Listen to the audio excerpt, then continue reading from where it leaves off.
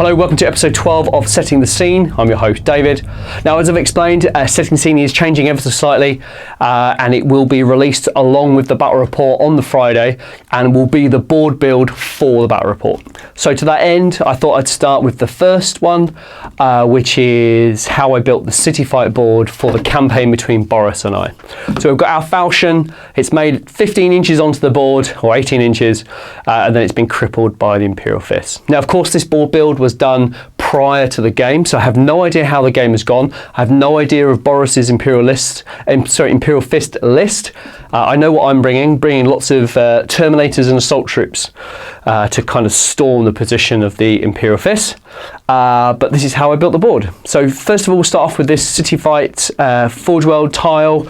I've put my custom-made base to cover up all the gaps and gives me a nice flat surface. Plonk that big boy on there. Perfect. Next is this one here. I've taken I cut out the building at the back here because there's a bit of a ridge where that crashed rhino is.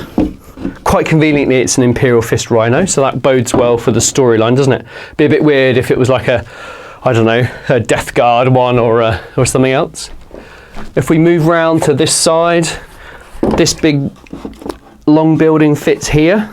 So you can always imagine that the falchion has advanced up in cover of this sort of building, and then it's kind of been exposed on the other side here. Now, one thing I want to do as well is I want to introduce a second camera for these board builds.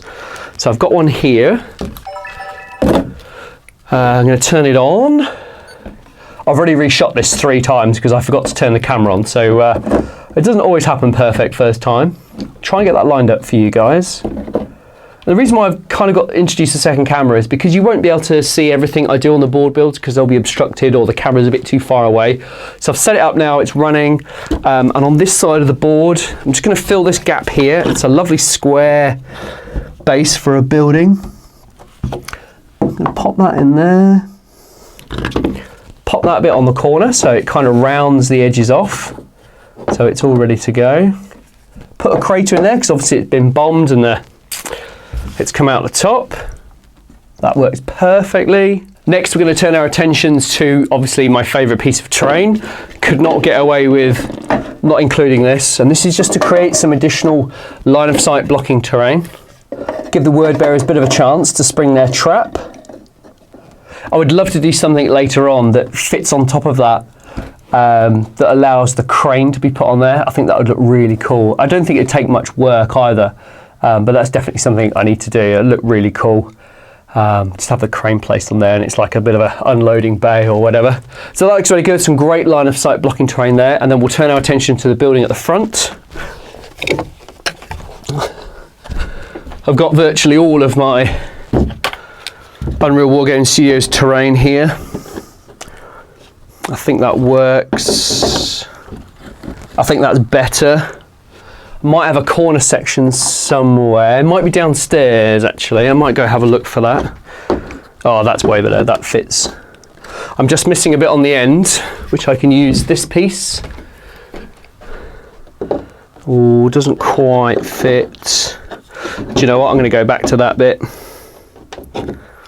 No, it doesn't work. Let's have a look at this piece. Too big.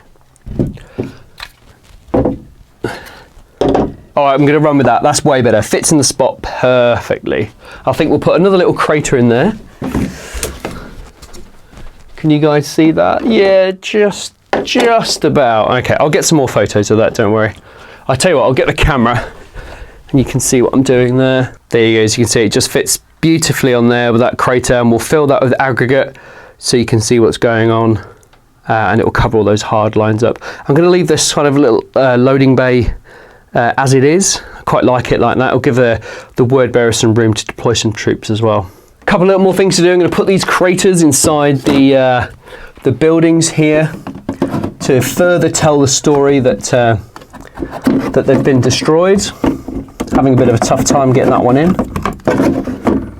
I think we'll have to abandon. I've just switched out the crater, so this crater fits much better in there, and this larger one fills that void much nicer. Yeah, that's perfect. All right, and that's pretty much it. I'm not going to do much more. I'm going to do the aggregate and the rock in a second, which I'll show you. The final thing to do is to put a little bit of smoke on this rhino that's here, just to kind of show that the battle is raging.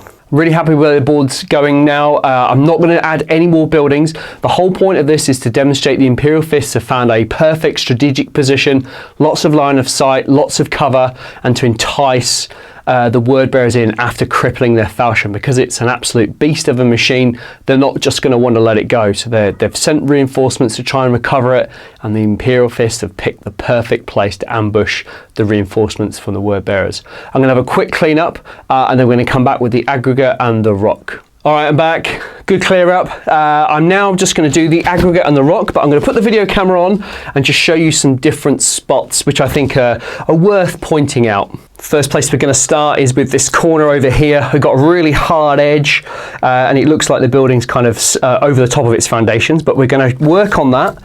So first of all, I'm going to put a load of stone chip-ins around the edge just to kind of help that a little bit more. Maybe a big piece here. Looks good. Now a bit of aggregate. That looks good.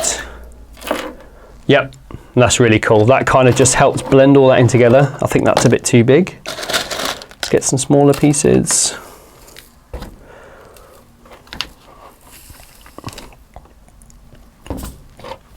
Yep, I think you agree that works really well. There's another bit over here which we need to do. Same sort of treatment really. Smaller bits this time, nothing too crazy, and we'll kind of let it spill out a little bit more, just to create that little bit of realism. Like the foundations are crumbling underneath, and then that gives you your final effect there, which looks really cool. Next, we're going to do the middle of the building. All right, so for this bit, what we've got here now is got obviously that crater, which creates quite a hard line between the floor there. So all I'm going to do is just put some rocks around it. I'm not too worried about this one because you're not really going to see in there very much, but we will do some shots of the Imperial Fist in that cover. So we need to make an attempt at blending it. And then all I'm going to do is going to cover that entire floor with the aggregate. Now I'm not bothered if it spills out through the windows, because that will kind of help. So you can see now that that's blended in beautifully. Just to further reinforce that, I'm going to put a bit of rock and stone on the top here, just to hide some of the cracks, because the floor level started to come away now from the sides. It's had so much use over the years. And again, just blend that in ever so slightly. Nothing crazy, because there's going to be models all in front of that, and we're not really going to do that many close-ups of the interior. Like so. That works. So hopefully the difference is quite noticeable. And then I've got a whole crate here or a whole thing of crates and bits and bobs. So we're going to try and stay away from green if we can, because obviously we've got the Imperial Fists here, which are yellow. Then we've got the red of the word bearers, so it'll be like traffic lights. I talk about that quite often. Nothing too crazy. We don't want to go overboard, but the Imperial Fists would have fortified themselves, and they would have brought munitions in. Put a little bit of stone and rock on that, just to show that off. Again, they're going to be covered by the lid there, so you won't see too much of that. Again, we're going to follow the same principles here with this one. Going to blend this out ever so slightly, plus the gaps.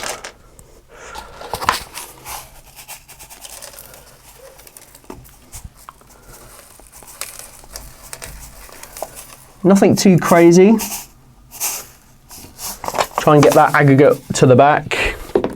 A little bit on the platform up here, or the first floor rather. Bit more aggregate that ran out there. Cool. Pop the roof on. Done. And I'm just going to do that with all the other buildings that are on the board.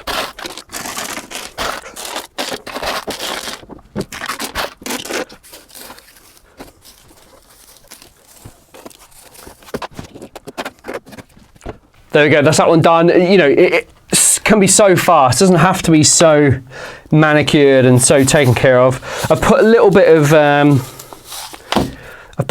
of rock and aggregate around this broken rhino.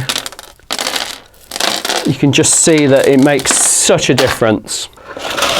Finally, this is the last building to receive some treatment from the rock and aggregate. Nothing crazy. Nice and gentle. It's hard to get stuff in the corners. There we go, a little bit on top. Done. The only thing left to do now is I'm just going to add a little bit of this aggregate to some of the existing rubble which has been blended onto the board. And this is almost like adding a wash to your models, and you make it dark in the recesses, because the board is actually quite light, to be honest with you. But when you add this real dark contrast to it, it deepens those shadows a little bit. So I know it sounds silly, but it does make a difference. The only thing you have to do is of course, it does go all over the place. So you just have to, you know, very carefully put it where you want it. And if not, you can just brush it with your fingers, or if you've got a little paintbrush, whatever you want to use really. So I'm just doing that over some of the craters. But equally, you know, the craters, it's exploded rock, so they require a little bit of rubble and rock around them. I try to pick out the smallest pieces of aggregate as I can. Oh, sorry, of stone rather, slate. Just those little bits. I think it's nearly there. I don't want to go over the top with this one because there's going to be plenty of opportunity to go crazy as we go further into this battle. I can't do a lot about these lines. That's just the way the boards match up. They're a bit sunken, and you know, there's just no way you'll get an immaculate, perfect surface. I have thought about actually rebuilding these boards out of foam core and everything else, but because I think they're quite straightforward to do, if I'm perfectly honest with you. But you know, as ever with the channel, it's always time. I think you guys would appreciate it more battle reports rather than me producing no battle reports and just building boards, which you'll see in 6 months' time because I'm just so busy. But anyway, that is the board. I'm going to include some photos, and you've already seen the video for all around the board in the battle report, but I'll add it on again. Hopefully you've enjoyed that. I love building boards, as you all know. So thank you so much for watching. We'll see you in the next one.